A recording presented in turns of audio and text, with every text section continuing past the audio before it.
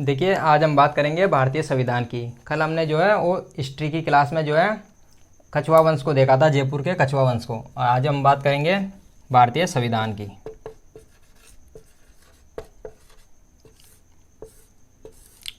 Constitution. तो आज हम जो है इसकी बात करेंगे। सबसे पहले ये जान लेते हैं कि संविधान किसे कहते हैं। तो संविधान जो है वो दो शब्दों से मिलकर बना है, संविधान। सम का मतलब होता है समान, और विधान का मतलब होता है नियम कानून। नियम कानून मतलब जो नियम कानून जो है सभी के लिए बराबर हो, उसे संविधान कहते हैं। चाहे फिर भारत का वो राष्ट्रपति हो, प्रधानमंत्री हो, चाहे मुख्यमंत्री हो, या फिर एक आम नागरिक हो, संविधान जो है वो सभी के लिए बराबर है। अब जैसे बात करें भारतीय संविधान की,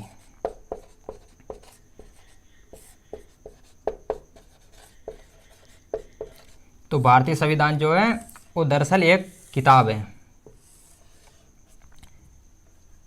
तो किताब की, सभी किताबों की जो है एक विशेषता होती है लगभग समान। जैसे पॉलिटी की बात कर लेते हैं, जिससे लक्ष्मीकांत जो है पॉलिटी की एक किताब आती है, लक्ष्मीकांत। तो लक्ष्मीकांत में जो है इसके अंदर जो है कुछ चैप्टर्स दिए होते हैं, कुछ लेसन्स दिए होते हैं। मान लो इसके कुछ 50 लेसन्स हैं, फिर उनके जो है आगे नाम दिए होते हैं, और नाम के जैसे हर एक चैप्टर के बाद में जो है उनके पॉइंट्स दिए होते हैं। तो इसी तरह जो है संविधान में, भारतीय संविधान में 22 लेसन हैं, जिन्हें हम जो है भाग कहते हैं।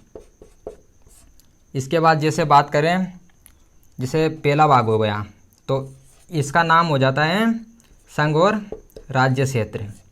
संघ व राज्य क्षेत्र। फिर इसके अंतर्गत जो है भाग 1 के अंतर्गत जो है कुछ पॉइंट्स आते हैं, उन्हें कहते हैं इसमें अनुच्छेद। अनुच्छेद। तो भाग 1 में जो है 1 से लेकर जो है 4 तक अनुच्छेद है इसमें।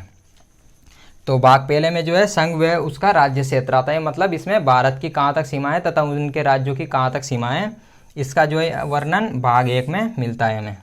अब जैसे बात कर लेते हैं इनकी। जैसे बात करें भारत में, भारतीय संविधान में जो है कुल 22 भाग है तथा 395 अनुच्छेद हैं। ABCD करके अगर इनको जोड़ दिया जाए, ये उनके ही उप जो है अनुच्छेद माने जाते हैं। तो ऐसे कुल जो है 450 से ज़्यादा हो जाते हैं अगर ABCD करके जोड़ दिए जाते हैं, लेकिन मूल रूप से जो है 395 अनुच्छेद माने जाते हैं। इनको एक एक करके देख लेते हैं।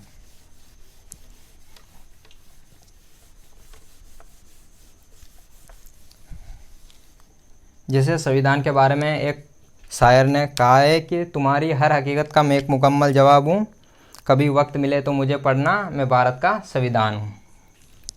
तो चलिए संविधान के बारे में आज शुरू करते हैं अनुच्छेद 1 से। अनुच्छेद 1।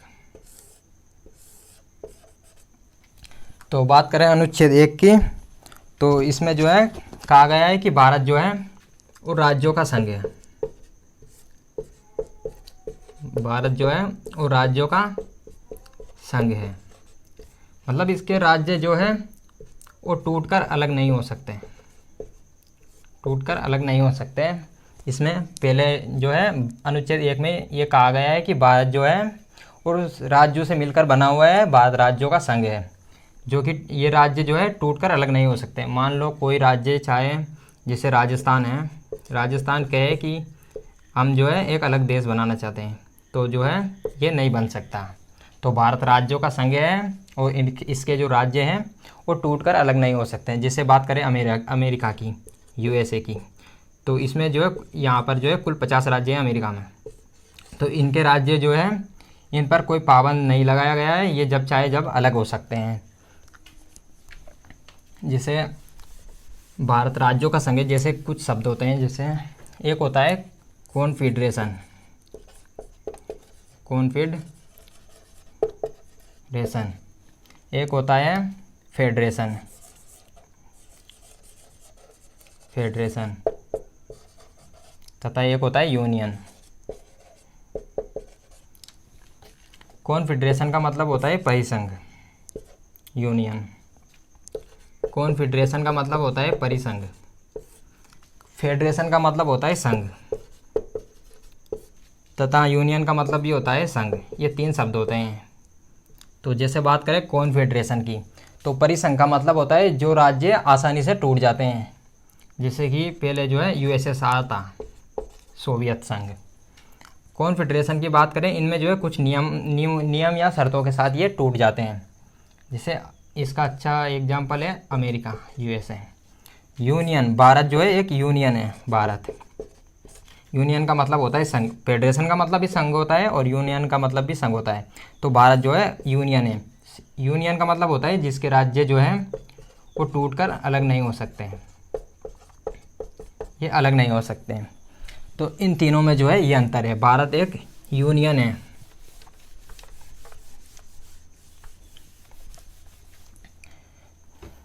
तो जैसे बात करें अनुच्छेद 2 की, अनुच्छेद 2, अनुच्छेद 2 में कहा गया है कि राष्ट्रपति संसद जो है वो राष्ट्रपति की पूर्व सूचना के जो है भारत विदेशी राज्यों को भारत में मिला सकती है। अनुच्छेद 2 में कहा गया है कि विदेशी राज्यों को भारत में मिला सकती है संसद बिना जो राष्ट्रपति को पूर्व सूचना देकर। तो इसमें इसका वर्णन है, जैसे बात करें 16 मई 1975 को हमने जो है सिक्किम को भारत में मिला लिया था। तो ये अच्छा उदाहरण है इसका। अब बात करें जैसे आर्टिकल 3 की, अनुच्छेद 3 की बात करते हैं। अभी हम भाग जो है भाग 1 को पढ़ रहे हैं, संविधान का भाग 1 को हम देख रहे हैं। इसमें जो है 1 से लेकर 4 तक अनुच्छेद है। तो बात करें अनुच्छेद 3 की, तो इसमें बताया गया है कि संसद जो है राष्ट्रपति को पूर्व सूचना देकर जो है जो वर्तमान राज्य हैं उनके नाम और सीमा को ये चेंज कर सकते हैं, मतलब बदल सकते हैं। नाम व सीमा इनको बदल सकते हैं। अनुच्छेद 3 में ये बताया गया है कि जो भारत के वर्तमान राज्य हैं, संसद राष्ट्रपति को जो है पूर्व सूचना देकर इनके नाम व सीमा में बदलाव कर सकती है। जैसे उदाहरण देखें, जैसे बिहार का उदाहरण लेते हैं। बिहार से जो है झारखंड को अलग कर दिया गया।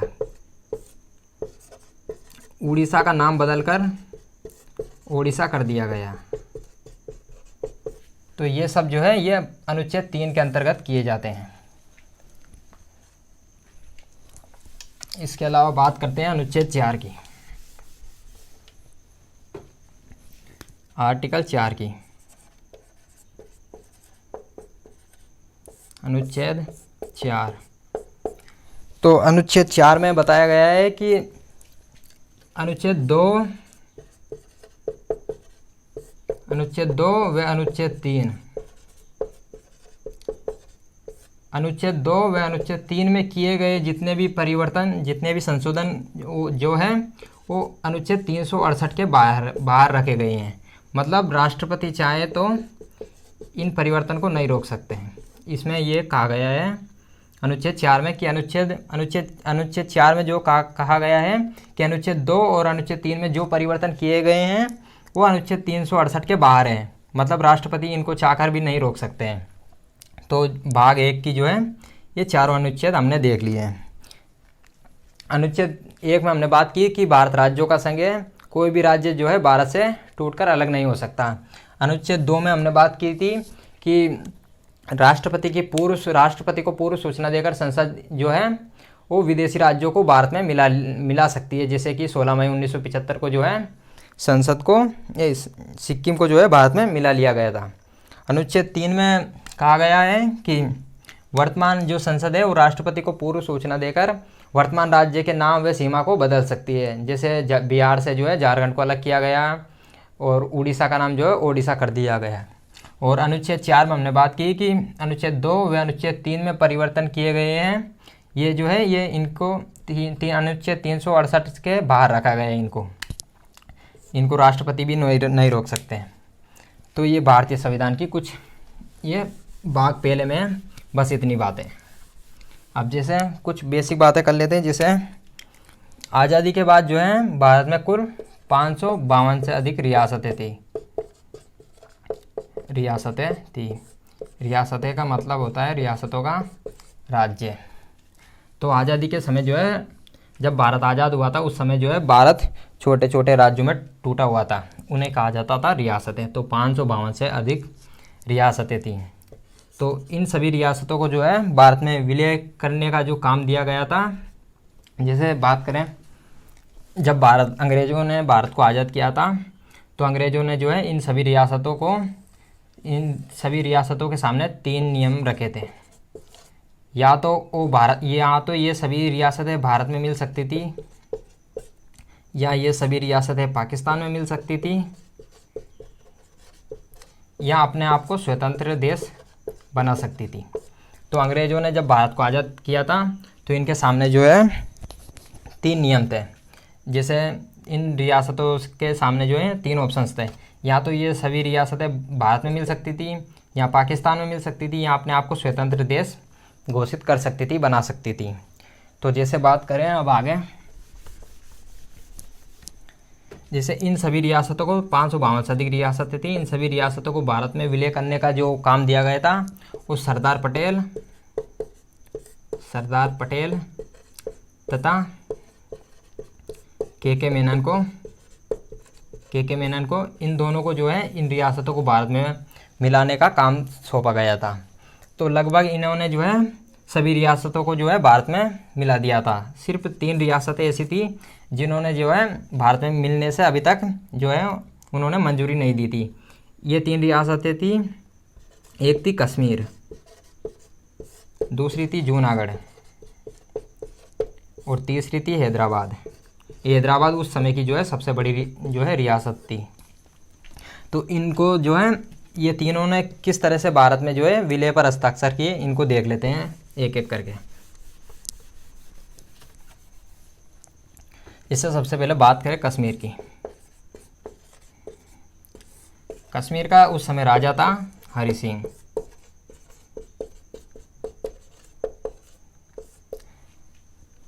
और यह राजा हिंदू था और अधिकांश यहाँ की जनसंख्या जो है वो मुस्लिम थी।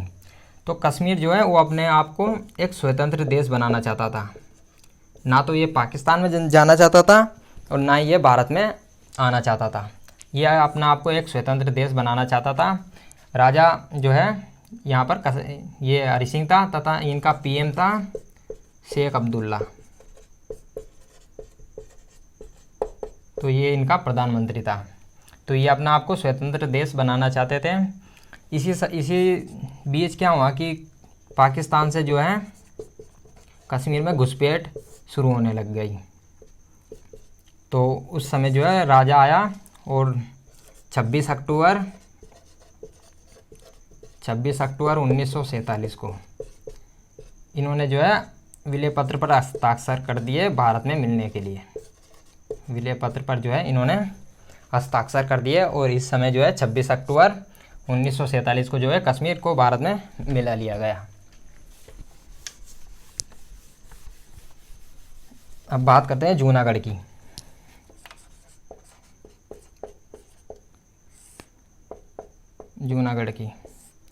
जूनागढ़ जो है वो गुजरात की एक रियासत थी।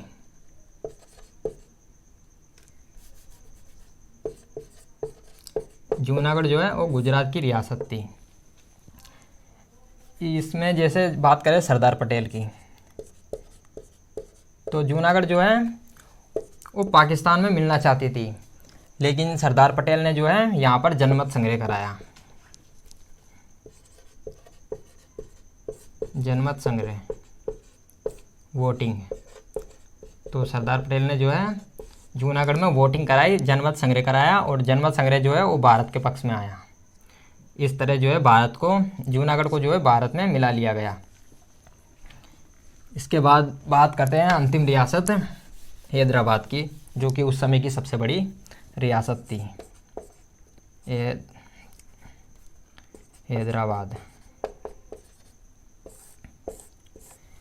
हैदराबाद का शासक था उस समय निजाम। तो ये जो है यहाँ का जो शासक था वो निजाम था और अधिकांश जो जनसंख्या थी वो हिंदू थी। तो ये जो है ये हैदराबाद को पाकिस्तान में मिलाना चाहता था, लेकिन सरदार पटेल ने जो है पुलिस के रूप में जो है पुलिस की वर्दी पहनाकर आर्मी भेज दी, आर्मी। और ये इसे एक ऑपरेशन चला गया था जिसे कहा गया ऑपरेशन पोलो, ऑपरेशन पोलो कहा गया उसे। तो पुलिस कार्यवाही, सैनिक कार्यवाही के द्वारा जो है हैदराबाद को भारत में मिला लिया गया। तो इस तरह जो है तीनों रियासतों को बाद में भारत में ही मिला लिया गया। अब जैसे 552 से अधिक रियासतें थी, इन सभी को जो है भारत में मिला लिया गया। फिर भारत को जो है एक राज्य, नया भारत बनाया गया और इनको जो है अलग अलग भागों में बांट दिया गया, ABCD करके बांट दिया गया। जिसे बात करें अब उसके बाद जो है भाषा के आधार पर जो है राज्यों की अलग मांग उठने लगी, भाषा के आधार पर। जिसे बात करें, जैसे एक जो है आंध्र प्रदेश को लेकर जो है तेलुगु भाषा को लेकर जो है विवाद बढ़ने लगा, तेलुगु भाषा को लेकर। ये तेलुगु भाषा वाले जो लोग थे वो जो है अलग राज्य की मांग करने लगे। जैसे बात करें भाषा के आधार पर राज्यों के गठन की जो है बात के लिए एक आयोग बनाया गया 1949 में। एक आयोग बनाया गया कि भाषा के आधार पर राज्यों का गठन किया जाए या नहीं। तो 1949 में एक आयोग का गठन किया गया, जिसे तो इसने जो है मना कर दिया कि भाषा के आधार पर जो है राज्यों का गठन नहीं किया जाए। इसके बाद जो है तेलुगु भाषा का एक व्यक्ति था पेट्टू श्रीरामल। इसने जो है क्या किया कि भूख हड़ताल पर ये बैठ गया, भूख हड़ताल पर, और लगभग 56 दिन की भूख हड़ताल पर बैठने के बाद इनकी जो है मृत्यु हो गई। जैसे ही इनकी मृत्यु हुई तो जनता में जो है विद्रोह बढ़ने लगा। जैसे बात करें, जैसे पेट्टू श्रीरामल की जो है भूख हड़ताल के कारण मृत्यु हो गई थी 56 दिन के बाद में, तो जनता में विद्रोह बढ़ने लगा। और जवाहरलाल नेहरू ने 10 अक्टूबर 1953 को जो है आंध्र प्रदेश को भाषा के आधार पर अलग राज्य बना दिया गया। तो भाषा के आधार पर गठित होने वाला आंध्र प्रदेश जो है देश का पहला राज्य था। इसके बाद जो है 1953 में जो है 1953 में फजल अली आयोग का गठन किया जाता है। फजल अली आयोग की रिपोर्ट आई थी। इसने जो है फजल अली आयोग ने रिपोर्ट दी थी अपनी 1956 में, और इसने जो है भाषा के आधार पर राज्यों के गठन की मांग को स्वीकार कर लिया था। तो फजल अली आयोग के बाद जैसे इन्होंने जो है भाषा के आधार पर राज्यों के गठन की मांग स्वीकार कर ली, और उसके बाद में जो है भाषा के आधार पर 14 नए राज्यों को बनाया गया तथा 6 केंद्र शासित प्रदेश नए बनाए गए। तो ये जो है संविधान का बेसिक स्ट्रक्चर था, भारतीय संविधान की ये कुछ बातें थी। अब बात करेंगे अगली वीडियो में कल।